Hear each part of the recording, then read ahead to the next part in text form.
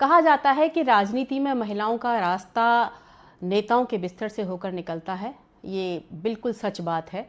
और आज मैं बहुत सारे खुलासे करूंगी, अपने जीवन से रिलेटेड भी करूंगी। और अभी जो मधु किश्वर हैं वो आरोप लगा रही हैं, मोदी नामा जिन्होंने लिखी है, उनकी बायोग्राफी लिखी है। जो जिसकी बायोग्राफी लिखता है तो उसकी पर्सनल लाइफ के बारे में, उसके अंदर तक बहुत सारी चीज़ों के बारे में उसको पता होता है। तो आज वो इस बात को खुलासे कर रही हैं कि ऐसा है, तो मैं समझती हूँ कुछ ना कुछ सच ही होगा उसमें, गलत तो वो नहीं बोलेंगी। और उनके साहस को भी प्रणाम करती हूँ कि इतना बड़ा साहस उन्होंने किया। पर पता नहीं वो इतनी लेट क्यों बता रही हैं, कोई मजबूरी रही होगी उनकी। मैं 2009-10 में जब अपने स्कूल और कॉलेज चलाया करती थी, तो जब कभी सिटी में कोई प्रोग्राम होता था, कोई आया है, तो मुझे वक्ता के तौर पर लेक्चर देने के लिए बुलाया जाता था।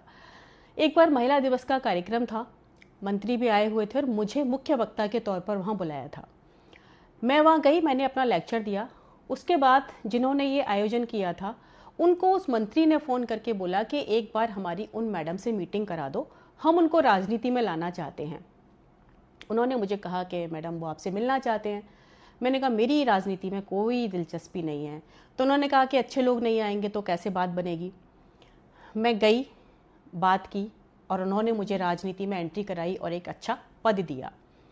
मैं 1 साल ही टिक पाई वहाँ पर, क्योंकि जो अंदर के हालात थे, जो अंदर औरतों की स्थिति थी, वो देखकर मेरा मन पूरी तरीके से खराब हो गया। और ये सच बात है कि 90% महिलाएं जो है इसी रास्ते से होकर वहाँ पहुँचती हैं। 10% महिलाएं सिर्फ वो हैं जो कि या तो बहुत पॉलिटिकल बैकग्राउंड से आई हुई होती हैं मजबूत, या फिर जनता का उनके पास इतना बड़ा समर्थन होता है तब वो वहाँ पहुँचती हैं। 1 साल में मैंने देखा, मैं नीचे से लेकर ऊपर तक हर नेता से मिली, लेकिन सबका एक ही चीज़, give and take, give and take.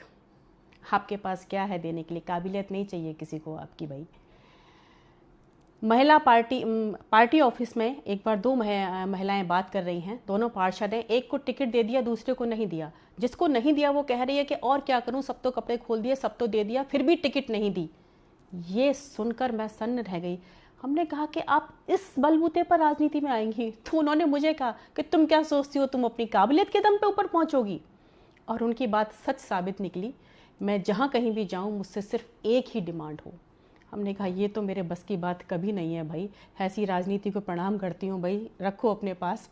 और मैंने 1 साल के बाद वो राजनीति छोड़ दी। लेकिन 1 साल में मैंने बहुत कुछ अंदर गंदगी देखी, और ये हर पार्टी का हाल है, कोई पार्टी दूध की धुली नहीं है। लेकिन ये सच बात है कि जो धर्म ध्वजा का इतना बड़ा काम कर रही है ना, जितनी धर्माधिकारी उतनी बड़ी व्यभिचारी। उनका सिर्फ एक चेहरा है, अंदर बहुत गंदगी है सबके। मेरा कॉलेज का काम था, और कॉलेज का काम, यहाँ जो गवर्नर थे उस समय पे, अब वो नहीं है, कल्याण सिंह, उनसे मैं मिली उस कॉलेज के काम के लिए। उन्होंने तो सीधा मुझसे एकदम से, जैसे कहते हैं कि ना, ये दो और ये लो। हमने कहा ये क्या तरीका है भाई? और उन्होंने मेरा काम नहीं किया। जब मैंने मना कर दिया कि मैं ये तो नहीं कर पाऊंगी कैसे भी, तो उन्होंने मेरे कॉलेज में 10 कमियां निकाल दी। अब मुझे पता था कि ये नहीं चलने देंगे। आखिरकार मैंने वो कॉलेज बंद कर दिया। तो ये यहाँ की एक सड़ी हुई राजनीति का हिस्सा है। लेकिन मैं फिर भी उन महिलाओं से ये कहूँगी कि भाई, आप इतनी महत्वाकांक्षी कैसे हो सकती हो कि अपनी, आपके पास जो अपनी सबसे अनमोल चीज़ होती है, आप उसी को दांव पर लगा देती हो। यहाँ सारे पुरुष ही गलत नहीं है कि भाई सारे जो है सारा दोष जो है आदमियों का है, औरतें तो बहुत अच्छी धुली हुई हैं, ऐसा भी नहीं है। क्योंकि औरतें ऐसी हैं तभी वो ऐसा हो रहा है, वो करती हैं ऐसा, कंप्रोमाइज़ करती हैं तभी तो आपको कंप्रोमाइज़ करने की क्या ज़रूरत है? हो रहा है तो ठीक है, नहीं बैठो अपने घर पर। लेकिन ये सच है, 90% के साथ, महिलाओं के साथ यही हो रहा है। अभी और खुलासे होंगे इस चीज़ पर, तो आगे चीज़ें आएंगी।